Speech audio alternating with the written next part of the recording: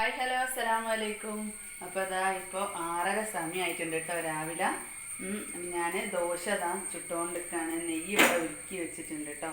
അപ്പോൾ അതിങ്ങനെ പരട്ടിയിട്ട് പിന്നെ ചുട്ടെടുക്കുകയാണ്. അപ്പോൾ കുറേ ദിവസമായിട്ടോ ദോശ ചുട്ടിട്ട്. അപ്പോൾ മോള് ഇന്നലെ രാത്രിയെ പറയുന്നുണ്ട് നാളെ ദോശ ആണെന്നൊക്കെ. പക്ഷേ ഞാൻ സാമ്പാർ ഉണ്ടാക്കാൻ വിചാരിച്ചിട്ടുണ്ടായിരുന്നു.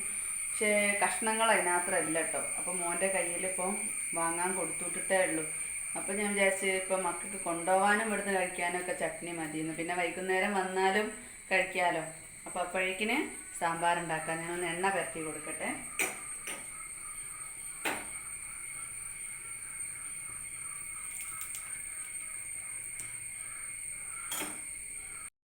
ഇന്ന് നിതൂട്ടൻ്റെ ബർത്ത്ഡേ ആണ്. പിന്നെ 3ാമത്തെ ബർത്ത്ഡേ ആണ്. എന്താ അറിയില്ല, പെട്ടെന്നായ പോലെ കേട്ടോ. ഓന് മറ്റു മക്കളെക്കാട്ടിലും കുറച്ചൊരു വികൃതിയേന്. മറ്റുള്ളവരൊക്കെ രാത്രിയൊക്കെ വേഗം കിടക്കുകയും പിന്നെ അങ്ങനെയുള്ളൊരു വാശിയും കാര്യമൊന്നും അല്ലാത്തവർക്കൊന്നും ഇല്ലേനി കേട്ടോ. ഇവന് ചെറുപ്പത്തിലേ നല്ല വാശിയൊക്കെ ഇനി ആ വാശിയൊക്കെ ഓൻ്റെ കൂടെ തന്നെ വളർന്നപ്പോഴും കുറഞ്ഞിട്ടുണ്ട് വാശി. എന്നാലും ഉണ്ട് കേട്ടോ. അവന് വിചാരിച്ചോണൊക്കെ തന്നെ ആവണം. അപ്പം ഇത്ര പെട്ടെന്ന് 3 വയസ്സായി എന്നുള്ളതാണ് നമുക്ക് തോന്നൂല അല്ലേ. നമുക്ക് ഇന്നലെ കഴിഞ്ഞ മാതിരി അല്ലേ തോന്നുക. ഏതായാലും എന്തോ ഒരു സന്തോഷം. അപ്പം ഞങ്ങൾ ഈ ബർത്ത്ഡേൻ്റെ ഫുഡ് എന്നൊക്കെ പറഞ്ഞ് മക്കളെല്ലാവരും വീട്ടിലുള്ള ദിവസമാക്കിയിട്ട് ഞായറാഴ്ച ഉണ്ടാക്കിയിട്ടുണ്ടായി. ഇനിയിപ്പോൾ അങ്ങനെ കാണല്ലോ ഫാഷൻ. നമുക്ക് എന്താണോ കഴിയണത് അന്ന് റെഡിയാക്കാം. പക്ഷേ എന്നാലും ഒന്ന് ഫുഡൊന്നും ആക്കിയില്ലെങ്കിൽ പായസമോ അങ്ങനെ അവനെന്ത് ഇഷ്ടപ്പെട്ട എന്തെങ്കിലുമൊക്കെ ആക്കി കൊടുക്കണം കേട്ടോ. അതൊരു സന്തോഷമാണല്ലോ.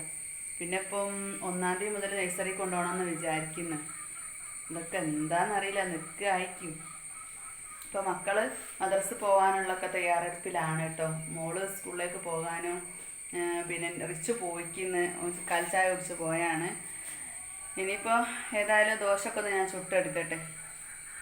ഞാൻ ആദ്യം യൂട്യൂബിൽ വീഡിയോസൊക്കെ ഇട്ട് തുടങ്ങിയ സമയത്ത് പിന്നെ ഇത് വന്നപ്പോഴാണ് ഒരു ബ്രേക്കായത്, ഓന വയറ്റിലായ സമയത്ത്. പക്ഷേ പിന്നെ ഓൻ ഉണ്ടായതിന് ശേഷം എനിക്ക് തോന്നുന്നൊരു 3-4 മാസമോ അങ്ങനെ എന്തോ കഴിഞ്ഞതിന് ശേഷമാണ് പിന്നെ രണ്ടാമത് പിന്നെ യൂട്യൂബ് സ്റ്റാർട്ട് ചെയ്യുന്നത് കേട്ടോ. അപ്പോൾ ഓൻ്റെ ഏകദേശം ഓൻ്റെ ഒരു വയസ്സാണ്, 2-2.5 കൊല്ലമായിട്ടുണ്ടാവും. അപ്പോൾ തുടർച്ചയായിട്ട് വീഡിയോസ് ഇടാൻ തുടങ്ങിയിട്ട് പിന്നെ അതിൻ്റെ ഇടയിൽ റിയൂസ്ഡൊക്കെ വന്നിട്ട് നിന്ന് വയ്ക്കുന്നു.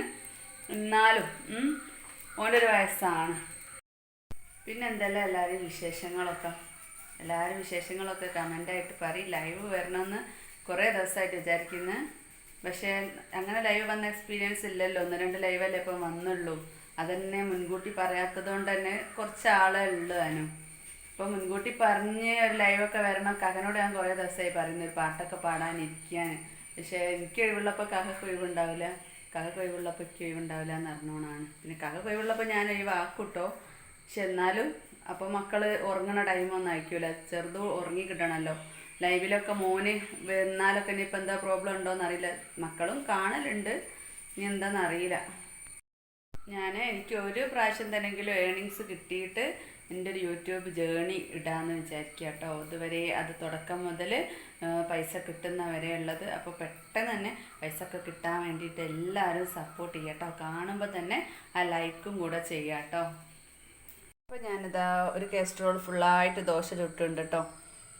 ഇപ്പോൾ തൽക്കാലത്തേക്ക് അവർക്ക് കൊണ്ടുപോകാനും ഇവിടുന്ന് കഴിക്കാനും ഒക്കെ അതുണ്ടാവും. പിന്നെ വേണമെങ്കിൽ മാവുണ്ട്. അങ്ങനെ മക്കളൊക്കെ പോയിട്ടോ. അപ്പം ചട്നിയും ദോശയും മീൻകറിയും. ഇത് മീൻ പൊരിച്ചതാട്ടോ. അയില മീൻ പൊരിച്ചതും. പിന്നെ ഇത് ഇന്നലത്തെ മാന്ത, അത് 2-3 എണ്ണേ ഉള്ളൂ. പിന്നെ ഇതിൽ മാവ് ബാക്കിയുള്ളതാണ്. ഇതിലിതാ നല്ല അടിപൊളി സാമ്പാറുണ്ട്. ഇനി ഉച്ചക്ക് കാക്ക സാധനം കൊണ്ടുവന്നിട്ട് ചെറുപയർ പരിപ്പ് പായസം വെക്കണമെന്ന് വിചാരിക്കാം. കാര്യമായിട്ടുള്ള സാധനം ചോറ് ഇവിടെ ഇൻഡക്ഷനിലുണ്ട് കേട്ടോ. അപ്പോൾ ഉച്ചയായപ്പോൾ അതാ കാക്ക പായസത്തിൻ്റെ സാധനങ്ങളൊക്കെ കൊണ്ടുവന്ന കേട്ടോ. ശർക്കര ഞാനിവിടെ ഉരുക്കി വെച്ചിട്ടുണ്ട്.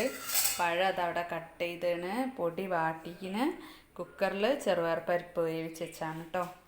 ഇനി തേങ്ങാപ്പാലല്ല കേട്ടോ ഉപയോഗിക്കുന്നത്, സാധാ പാലാണ്. തേങ്ങാപ്പാലാണ് ടേസ്റ്റ് എന്നറിയാം, എന്നാലും പാലാണ് എടുക്കണത്. ഞാനിതാ വെന്ത ചെറുപയർ പരിപ്പിലേക്ക് പഴവും പത്തിരിൻ്റെ പൊടി കുഴച്ചിട്ട് ഉരുളാക്കിയിട്ട് ജസ്റ്റ് ഒന്ന് പ്രസ് ചെയ്തിട്ട് ഇതുപോലെ ആക്കിയിട്ട് അതും ഇട്ട് കൊടുത്തിട്ടുണ്ട്. ഇനി ഒന്ന് ഒരു 2 മിനിറ്റ് ഒന്ന് തിളച്ച് വരട്ടെ. എല്ലാം കൂടെ ആകെ ഒരു 10-15 മിനിറ്റിനുള്ളിൽ സാധനം റെഡി ആവട്ടെ. ഓരോ അടുപ്പത്തുനിന്ന് ഓരോന്നാക്കണമെന്നേ ഉള്ളൂ. നമ്മൾ പത്തിരിപ്പൊടിയൊക്കെ ശർക്കരയൊക്കെ ഓരോന്നും ആക്കി എടുക്കുമ്പോൾ ആ ഒരു സമയം കൊണ്ട് തന്നെ ചെറുപയർപ്പരിപ്പ് വെന്തിട്ട് പിന്നെ എല്ലാം കൂടെ ഒന്ന് മിക്സ് ചെയ്യേണ്ട പണിയുള്ളൂ. അപ്പോൾ നല്ല സൂപ്പർ പായസം സെറ്റായിട്ടുണ്ട് കേട്ടോ. അപ്പം കുറച്ചൊരു ലൂസിലാണ് ആക്കിയിട്ടുള്ളത്. എന്താ വെച്ചാൽ തണുക്കുമ്പോൾ അതൊന്ന് തിക്കാവുമല്ലോ. അപ്പോൾ അധികം തിക്ക് വേണ്ടാന്നാട്ടോ കാക്ക പറയുന്നത്. എന്നാലും കുറച്ചും കൂടെ ഒക്കെ തിക്കായി വന്നു കേട്ടോ. അപ്പോൾ നമുക്കിവിടെ അടച്ച് വെച്ച് കൊടുക്കാം. ഒരു പ്ലേറ്റ് എടുത്ത് അവിടെ അടച്ച് വെച്ചാണ്. അപ്പം ഞാനിതാ പായസം കുടിക്കുകയാണ് കേട്ടോ. കണ്ടോ, പഴമുണ്ട്, പത്തിരിപ്പൊടി ഉണ്ട്, കണ്ടോ, ചെറുപയർപ്പരിപ്പ് എല്ലാം കൂടെ. ഇത് ഞാൻ ക്ലാസ് ചെയ്യുന്നതാണ് കേട്ടോ. യൂട്യൂബിൽ ക്ലാസ് ചെയ്യുന്നതാണ്. അപ്പം ക്ലാസ്സിൻ്റെ ഏതൊക്കെയാണ് ചെയ്തതെന്നുള്ളത് ഓരോ ക്ലാസ്സിന് നേരെ അടയാളപ്പെടുത്തി അവിടെ ചാപ്റ്ററിൻ്റെ പേര് എഴുതി വെക്കുന്ന എളുപ്പമാണല്ലോ വിചാരിച്ചിട്ട്. അപ്പം ഞാൻ കഴിക്കട്ടെ. അപ്പോൾ അടുത്തൊരു വീഡിയോ ആയിട്ട് വരാം കേട്ടോ.